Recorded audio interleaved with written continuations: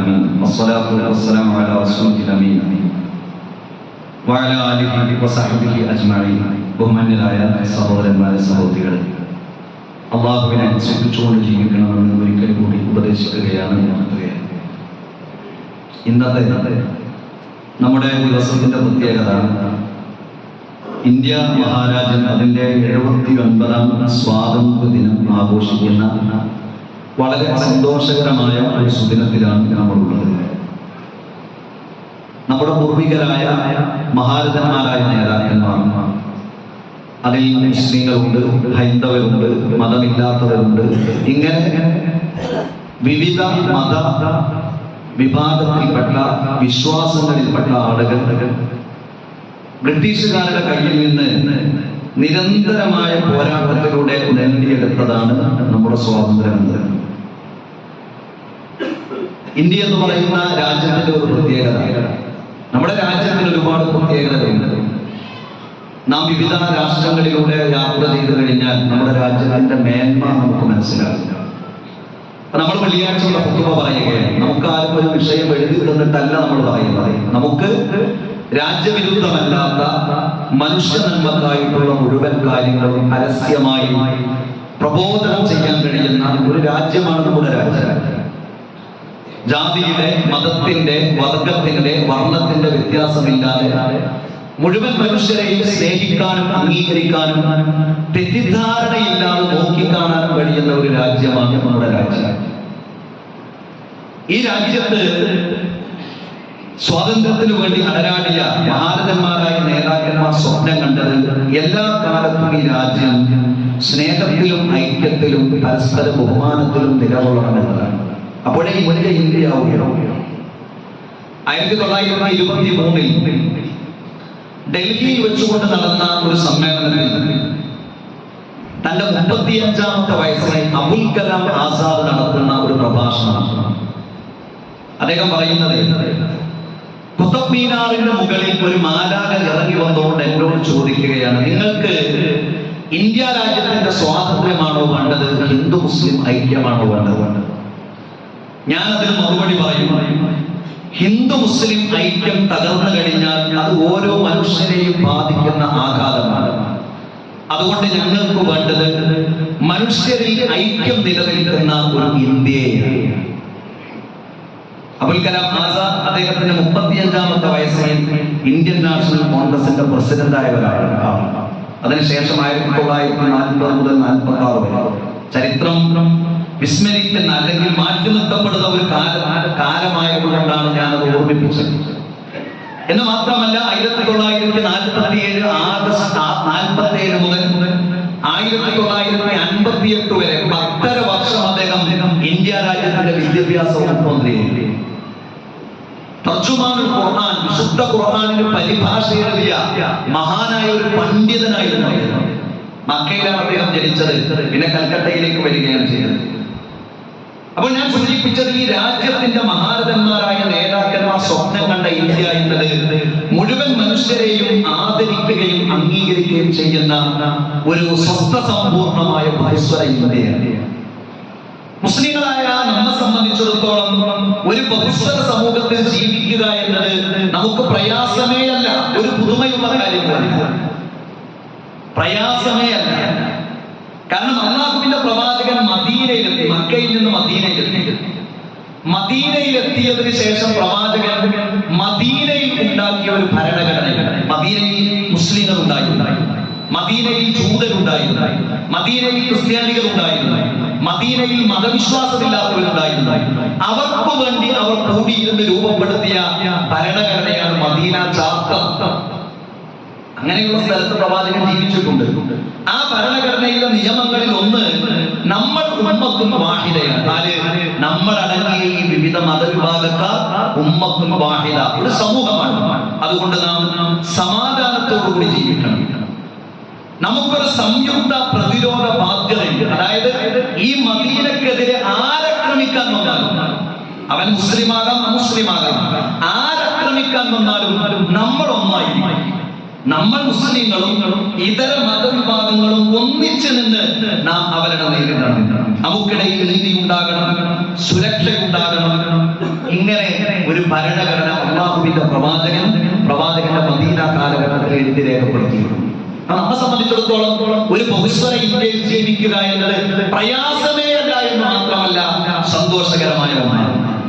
ഈ സന്തോഷകരമായ ഇന്ത്യയെ എല്ലാ കാലത്തും നിലനിർത്താനാണ് ഇന്ത്യയുടെ ഭരണഘടന രൂപപ്പെടുന്നത്. ഇന്ത്യയുടെ ഭരണഘടന എന്നത് മനുഷ്യർ എഴുതപ്പെട്ട ഭരണഘടനയിൽ ഏറ്റവും മികച്ചു നിൽക്കുന്ന ഒരു ഭരണഘടനയാണ്. അതിന്റെ കാരണം ഈ ഭരണഘടന എഴുതി രേഖപ്പെടുത്തിയ ഡോക്ടർ അംബേദ്കറിനെ പോലെയുള്ള മഹാരഥന്മാരായ നേതാക്കന്മാർ, അവരൊക്കെ വളരെ വളരെ അദ്ദേഹം ഒരു ചണ്ടാലനായിരുന്നതാണ്, താഴ്ന്ന വിഭാഗത്തിൽപ്പെട്ട ഒരാൾ. അപ്പൊ അദ്ദേഹം വളരെ താഴ്ന്ന വിഭാഗത്തിൽപ്പെട്ട ആളുകളുടെ അവകാശത്തെ കുറിച്ച് പോലും ചിന്തിക്കാൻ അദ്ദേഹത്തിന് സാധിക്കും. അങ്ങനെ രേഖപ്പെടുത്തിയ ഭരണഘടനയാണ്. ആ ഭരണഘടനയുടെ ആമുഖം ചില ആളുകളൊക്കെ ഭരണഘടനയെ കുറിച്ച് ചർച്ച ചെയ്തപ്പോൾ പറഞ്ഞു, നമ്മുടെ ഭരണഘടന ദൈവനാമത്തിൽ എന്നാക്കാം. അങ്ങനെ തുടങ്ങാം, ദൈവനാമത്തിൽ. അപ്പൊ അതിൽ അഭിപ്രായപ്പെടുന്നത് പറ്റില്ല. കാരണം ദൈവത്തിൽ വിശ്വസിക്കാത്ത ആളുകൾക്ക് പിന്നെ ഒന്ന് അവകാശം കിട്ടുന്നത്. അങ്ങനെയാണ് നമ്മുടെ ഭരണഘടനയുടെ ആമുഖം, we the people of India, നാം ഇന്ത്യക്കാർ എന്നതാണ് നമ്മുടെ ഭരണഘടനയുടെ തുടക്കം. We the people of India, നാം ഇന്ത്യക്കാർ. നമുക്കതിൽ അഭിമാനം ഉണ്ടാകണം. നാം ഇന്ത്യക്കാർ എന്ന ഒരു സന്ദേശമാണ് നമ്മുടെ ഭരണഘടന എന്ന് മാത്രമാണ്. ഡെമോക്രസി, ജനാധിപത്യം, അതായത് മനുഷ്യരുടെ രാജ്യത്ത് നടക്കുന്ന ജനാധിപത്യ വ്യവസ്ഥ, മനുഷ്യരാൽ നേതാക്കന്മാർ തെരഞ്ഞെടുക്കപ്പെടുന്ന വ്യവസ്ഥ നീതിയുക്തമായിരിക്കണം. അതാണ് ഡെമോക്രസി എന്ന് പറയുന്നത്. സെക്യുലറിസം, മതനിരപേക്ഷത, എല്ലാ മതങ്ങളെയും ആദരിക്കാൻ, അംഗീകരിക്കാൻ, അവരുടെ വിശ്വാസം അനുസരിച്ച് ജീവിക്കാൻ, അത് പ്രബോധനം ചെയ്യുമ്പോൾ അതിനെ സഹിഷ്ണുതയോട് കൂടി കാണാൻ, ആരെയും വെറുക്കാതെ. അത് അവരുടെ വിശ്വാസം, ഇതെന്റെ വിശ്വാസം, അവനത് വിശ്വസിക്കുന്നു, ഞാനത് വിശ്വസിക്കുന്നു, അവനത് പ്രബോധനം ചെയ്യുന്നു, ഞാനിത് പ്രബോധനം ചെയ്യുന്നു, അതിനെ സഹിഷ്ണുതയോടുകൂടി കാണുക. അതാണ് സെക്യുലറിസം, മതനിരപേക്ഷത എന്ന് പറഞ്ഞാൽ. ഇന്ത്യയുടെ മതനിരപേക്ഷത എന്ന് പറഞ്ഞാൽ മതത്തെ ഒഴിവാക്കുക എന്നുള്ളതല്ല. ഇഷ്ടമുള്ള മതം സ്വീകരിക്കുക, വിശ്വസിക്കുക, പ്രബോധനം ചെയ്യുക, അതിനെ സഹിഷ്ണുതയോടുകൂടി കാണുക. അത് ഇന്ത്യൻ ഭരണഘടനയിലുണ്ട്. പ്ലൂരാലിറ്റി, ബഹുസ്വരത, എല്ലാവരെയും അംഗീകരിക്കുന്ന സംസ്കാരം, ജസ്റ്റിസ്, നീതി, ലിബർട്ടി, സ്വാതന്ത്ര്യം, നമ്മൾ ഉൾക്കൊണ്ട ആശയം പ്രബോധനം ചെയ്യാനുള്ള സ്വാതന്ത്ര്യം, ഫ്രറ്റേണിറ്റി, സാഹോദര്യം, വളരെ സുന്ദരമായ നാമമാണ്. ഈ ഭരണഘടനയുള്ളത് കൊണ്ടാണ് ഈ രാജ്യം ഇങ്ങനെ മുന്നോട്ട് പോകുന്നത്. ഇതിനെ നിലനിർത്താൻ, രാജ്യത്തുള്ള പുഴുക്കുത്തുകളെ മാറ്റി നിർത്താൻ, സമാധാനത്തോടെ, വൈകാരികതയില്ലാതെ, വിവേകത്തോടുകൂടി മുന്നോട്ട് പോകാൻ നമുക്ക് സാധിക്കണം. മഹാരഥന്മാരായ എത്രയോ നേതാക്കന്മാർ, മുഹമ്മദ് അബ്ദുറഹ്മാൻ സാഹിബ്, അദ്ദേഹം ഇന്ത്യ മഹാരാജ്യത്തിന്റെ സ്വാതന്ത്ര്യത്തിനു വേണ്ടി അടരാടിയ മഹാനായ ഒരു നേതാവ്. അദ്ദേഹം വലിയ രാഷ്ട്രീയ പാർട്ടികളുടെ സമ്മേളനങ്ങൾ നടക്കുമ്പോൾ നമസ്കാരത്തിന്റെ സമയമായാൽ കൃത്യം നമസ്കരിക്കും. അൽ അമീൻ എന്നൊരു പത്രമുണ്ടായിരുന്നു പറയുന്നത്. അതിൽ മുസ്ലിം സമുദായത്തിൽ അടിഞ്ഞുകൂടിയ അന്ധവിശ്വാസത്തിനെതിരെ അദ്ദേഹം ലേഖനം എഴുതി. അതേ പത്രത്തിൽ രാജ്യത്തിന്റെ സ്വാതന്ത്ര്യത്തിനു വേണ്ടിയും അദ്ദേഹം ലേഖനം എഴുതി. 1921 കലാപവുമായി ബന്ധപ്പെട്ടുകൊണ്ട് അദ്ദേഹം ദ ഹിന്ദു അടക്കമുള്ള പത്രത്തിലേക്ക് ലേഖനം എഴുതി അയച്ചതിന്റെ പേരിൽ ബ്രിട്ടീഷ് സർക്കാർ അദ്ദേഹത്തെ വിലങ്ങ് വെച്ചു. എന്നിട്ട് അദ്ദേഹത്തെ കോഴിക്കോട് പട്ടാളപ്പള്ളിയുടെ അടുത്തൂടെ കൊണ്ടുവന്നു. അദ്ദേഹം പറഞ്ഞു, വിലങ്ങ് കഴിച്ചാൽ എനിക്ക് നിസ്കരിക്കാൻ സമയമായിട്ടില്ല, എനിക്ക് നമസ്കരിക്കാൻ സമയമായിട്ടില്ല. അവർ വിലങ്ങ് കഴിച്ചു കൊടുക്കില്ല. പക്ഷേ അദ്ദേഹത്തെ കുറിച്ച് പറയുന്നത് വെള്ളം വേണമെന്ന് പറയാൻ പോലും ആരോഗ്യമില്ലാതിരുന്ന ഒരു സമയത്ത് ബാങ്ക് കൊടുത്തപ്പോ നിസ്കരിക്കാൻ വേണ്ടി അദ്ദേഹം തയ്യാറായി. എന്നിട്ട് അദ്ദേഹം പോയി നമസ്കരിച്ചു. ബെല്ലാരി ജയിലിൽ അദ്ദേഹത്തെ അറസ്റ്റ് ചെയ്താൽ അദ്ദേഹം മുട്ടിന് താഴെ ഒരു ട്രൗസർ നമസ്കരിക്കാൻ അനുവദിച്ചു കിട്ടാൻ വേണ്ടി അവിടെ നിരാഹാരം കിടന്നിട്ടുണ്ട്. അപ്പൊ നല്ല മതവിശ്വാസിയാണ്. എത്ര മാന്യമായിട്ടാണ് അവർ സമൂഹത്തിൽ ജീവിച്ചത്. കേരളത്തിന്റെ വളരെ പ്രശസ്തനായ ഇടശ്ശേരി എന്ന ഒരു കവിയും മുഹമ്മദ് അബ്ദുറഹ്മാൻ സാഹിബ് അവസാനം മുക്കത്ത് വെച്ചുകൊണ്ടാണ് അദ്ദേഹത്തിന്റെ അവസാനത്തെ പ്രസംഗം. രണ്ട് കാര്യങ്ങളാണ്. ഒന്ന്, മുസ്ലിം സമുദായത്തിലെ ഈ അന്ധവിശ്വാസങ്ങളെ കുറിച്ച് അദ്ദേഹം സൂചിപ്പിച്ചു. മറ്റൊന്ന്, ഹിന്ദു മുസ്ലിം ഐക്യത്തെ കുറിച്ച് അദ്ദേഹം സൂചിപ്പിച്ചു. അവിടുന്ന് പോകുമ്പോഴാണ് 47-ാമത്തെ വയസ്സിൽ അദ്ദേഹം മരിക്കുന്നത്.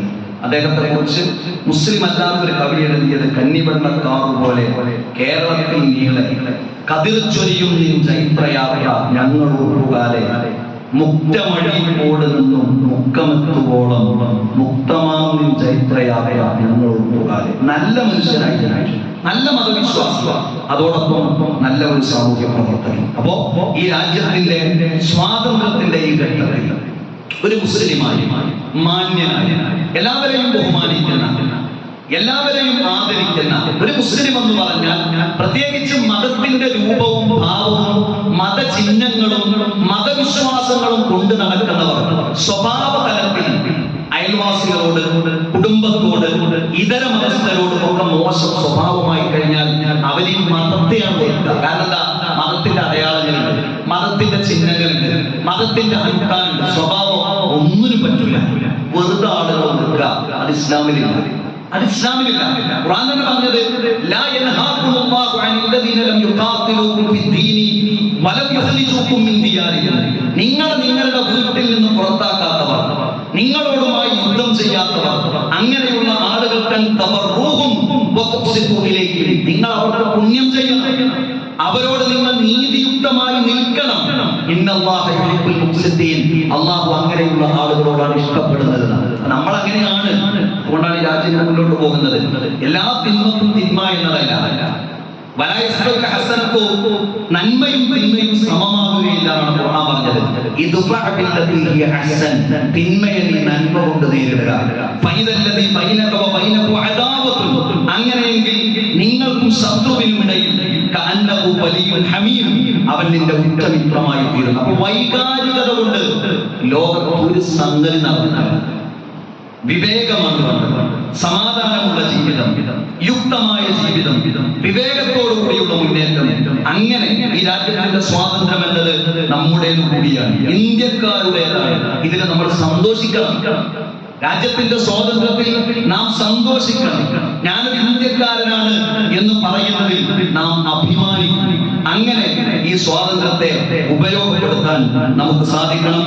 അല്ലാഹു സുബ്ഹാനഹു വ തആല നമ്മെ അനുഗ്രഹിക്കുമാറാകട്ടെ. മനുഷ്യരെന്ന നിലക്ക് നമ്മുടെ ജീവിതത്തിൽ അറിഞ്ഞും അറിയാതെയും അബദ്ധവശാലും സംഭവിച്ചു പോയ പാപങ്ങൾ റഹ്മാൻ റഹീമുമായ റബ്ബേ, ഞങ്ങൾക്ക് നീ പുറത്തു മാപ്പാക്കി തരണം റഹ്മാനെ.